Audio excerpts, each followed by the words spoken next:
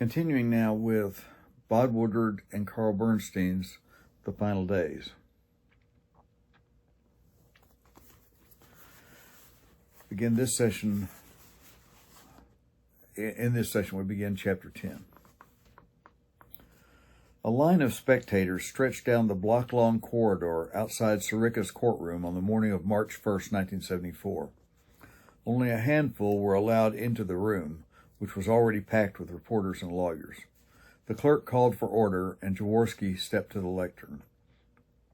"May it please your honor, the grand jury has an indictment to return," he said. "It also has a sealed report to be delivered to your honor." After the roll was called, the jury foreman, Vladimir N. Prajelj, came forward and handed a large brownish-yellow envelope to Sirica. The judge slid it open, took the report out, and read it silently. Assistant Special Prosecutor Richard Benvenisti hoisted a heavy briefcase with a combination lock onto the judge's bench. It contained material that was referred to in the grand jury's report, he said. "The court will, at the conclusion of these proceedings this morning, reseal the envelope that I opened," Sirica said. "It will be held in the custody of this court in a safe place until further order of this court." Then the indictment against the president's former aides was made public. The next morning, St. Clair read in his newspaper that the secret report of the grand jury contained evidence against the president and its recommendation that the material in the briefcase, tapes, testimony, and documents be forwarded to the House Judiciary Committee. St. Clair was disturbed. He studied the indictment. It outlined in the vaguest terms the case compiled by the grand jury. It did not mention the president, but said the conspiracy was still continuing. It listed a series of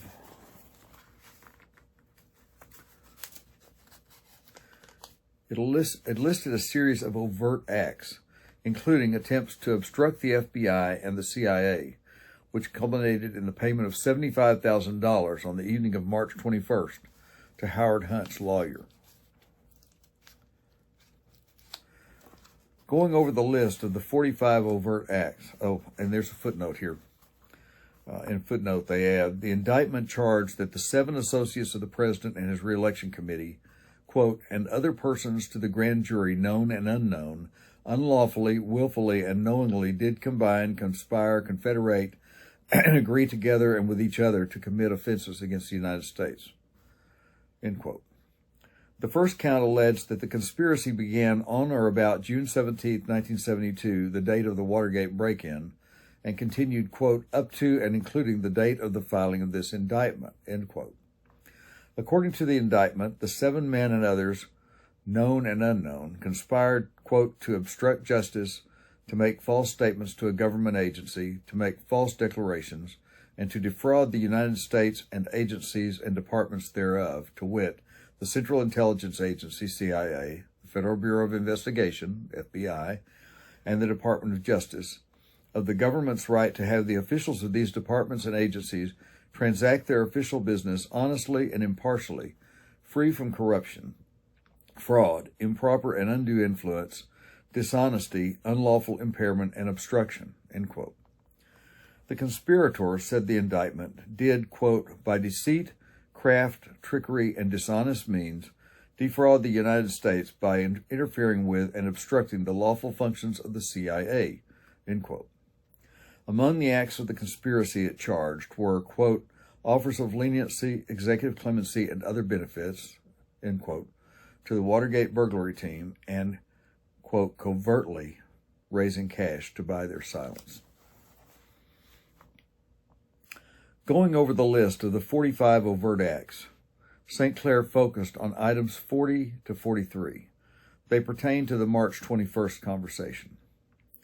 Haldeman had committed perjury when he testified that Nixon had said it would be wrong to pay the blackmail the indictment charged. That must be what was in the black briefcase. That was the only case against the president, St. Clair concluded. If he could disentangle his client from what was in that briefcase, he could beat impeachment. He went to Haig and the president. It was useless to try to prevent the grand jury's report from reaching the House Judiciary Committee, he told them. They agreed. Since the committee would eventually have possession of the evidence, he continued, the White House should give the appearance of cooperation. Accordingly, on March 6th, the White House announced that it was voluntarily supplying the committee with all information it had turned over to the special prosecutor. That included 700 pages of documents, 7 subpoenaed tapes, and 12 other recordings voluntarily submitted. John Doerr was finally in business. After several long sessions with the March 21st tape, he was convinced that he had a case for impeachment. But to make the case airtight, he needed more tapes. So did Jaworski. Both men asked the White House for them, and the negotiations went on for weeks. But Nixon had drawn the line. He would never give up another tape, he repeated. On April 11th, the House committee voted 33-3 to issue a subpoena for 42 additional tape recordings. On April 18th, Jaworski issued a subpoena for 64 additional recordings. The president wanted to tell the committee to go to hell, to give them nothing and put an end to their demands once and for all. But St. Clair was alarmed. We can't stand the charge of concealment, he warned.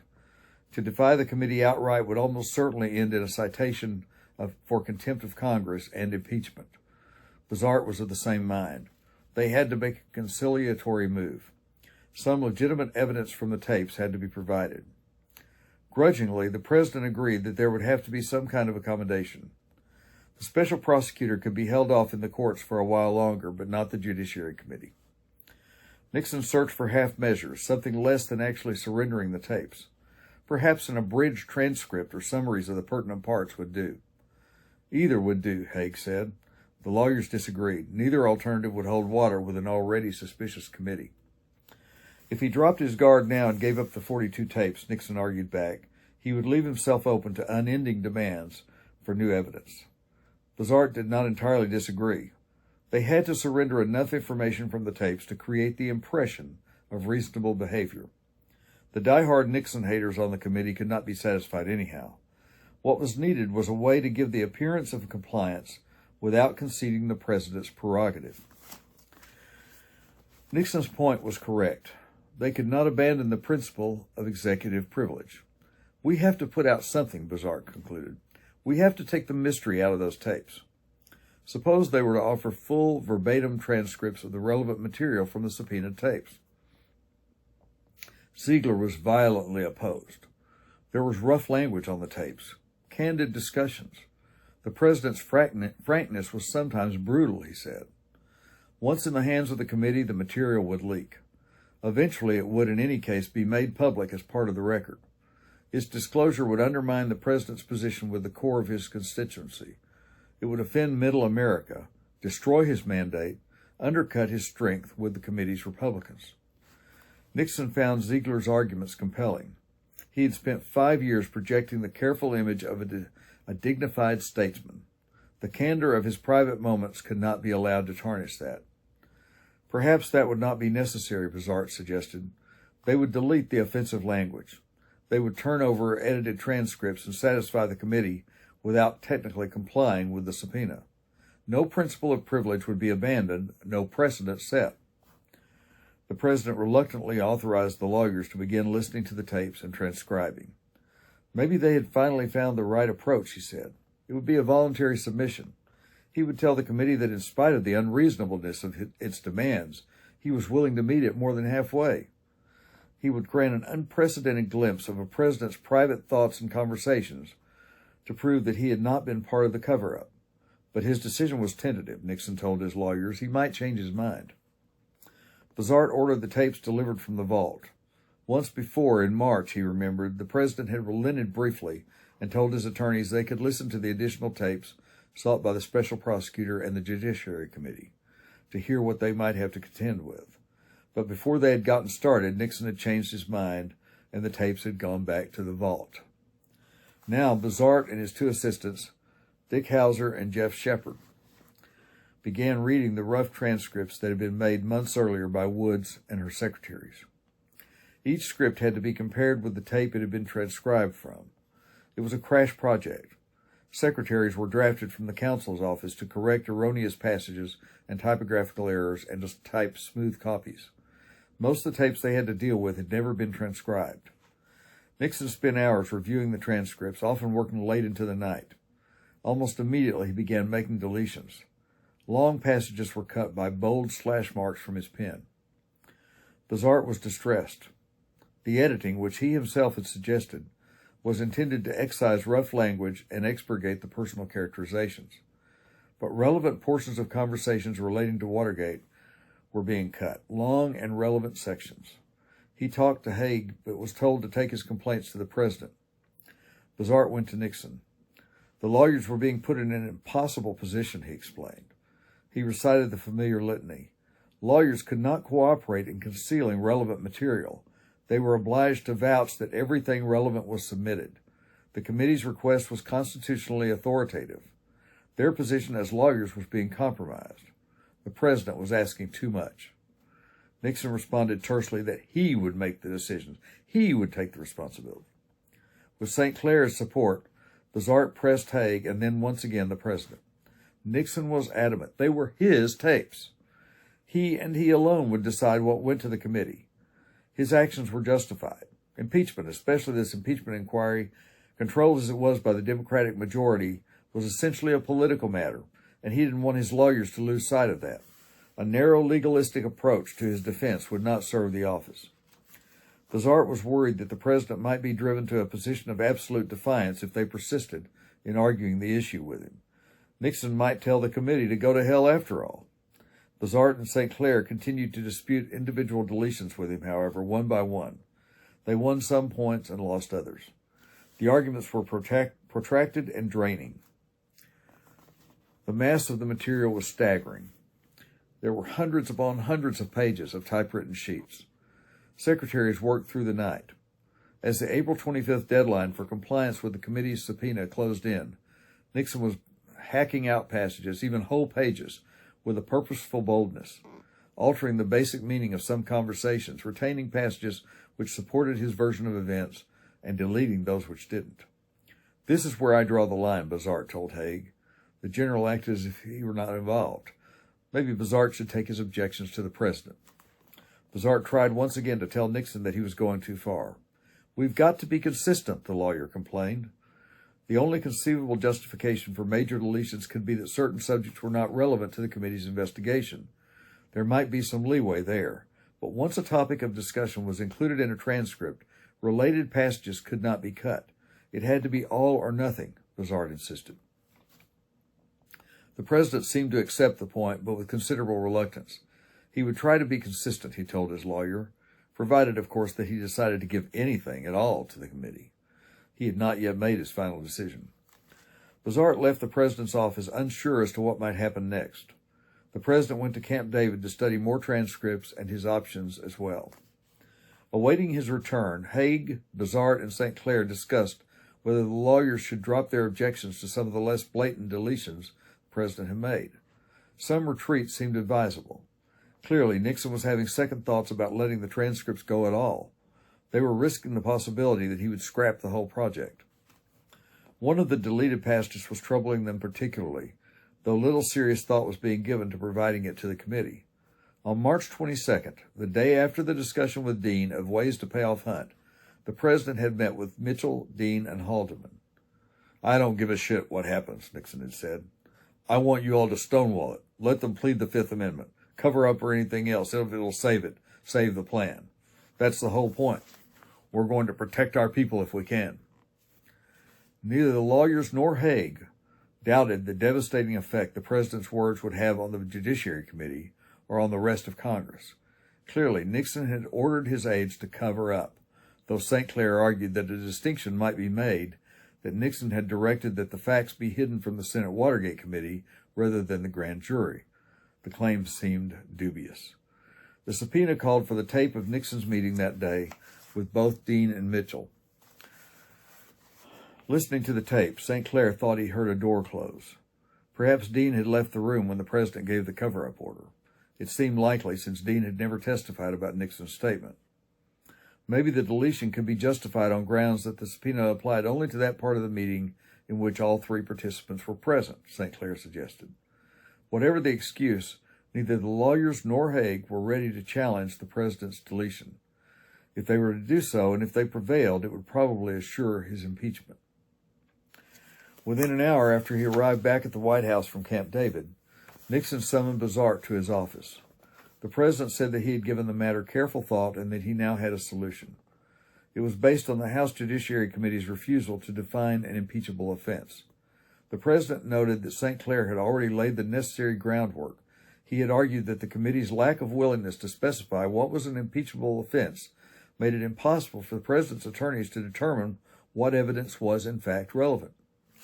Certainly, Nixon said, he had no obligation to turn over every piece of paper or tape that might relate to some committee member's vague notion of what constituted impeachable conduct. Some of the members wanted to impeach him for bombing Cambodia or impounding federal funds. The whole process was outrageous, the president said. In a court proceeding, a jury would get no evidence at all if the prosecutor were to conduct an investigation without limits, or if he failed to define the charges. St. Clair had observed that the committee's position had left some room to maneuver.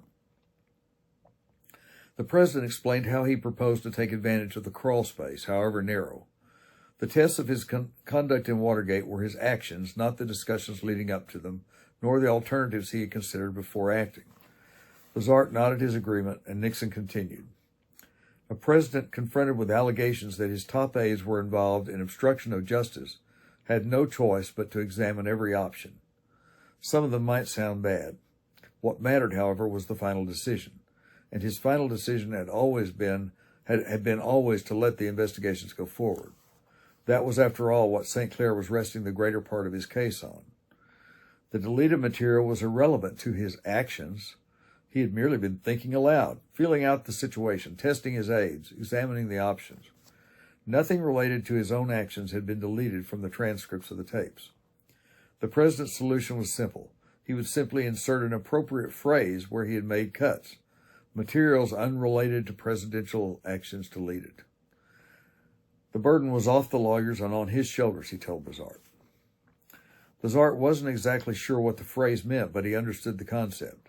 It was certainly grasping at straws, he thought, but it might work. It was unethical for a lawyer to represent material as not relevant when in fact it was. Still, Bizart told himself the client could claim what he wished. Bizart, St. Clair, and Haig talked it over again. The president clearly wanted to delete material that was relevant.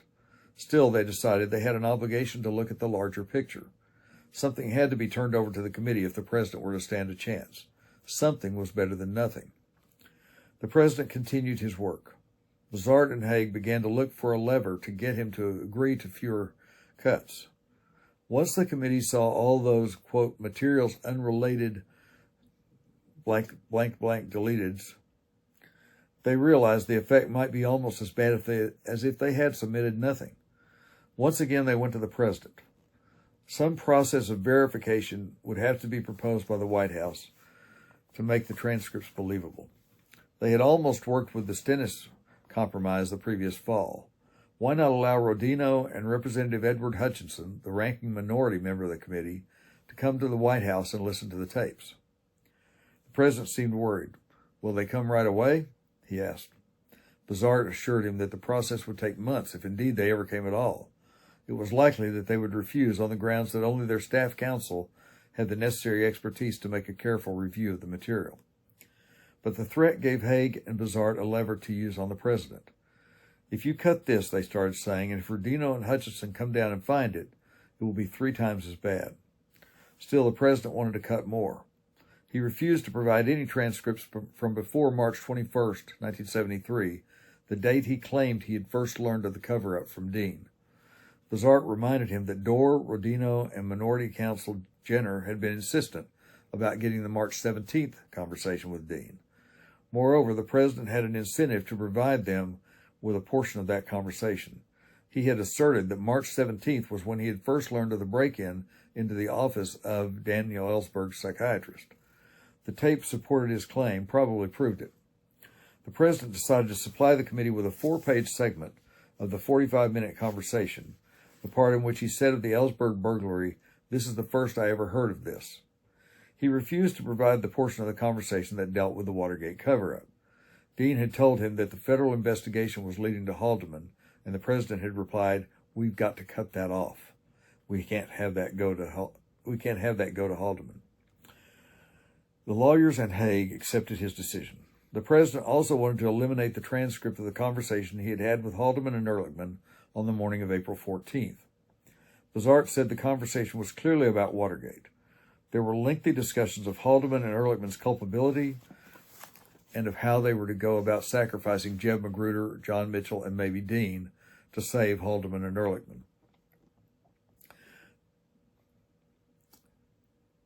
And we've just hit the 20-minute mark. This is where I'm going to stop. This chapter is about 30 pages. I've read about 10 of it, so we'll slice this chapter into thirds. It's chapter 10 of The Final Days by Bob Woodward and Carl Bernstein.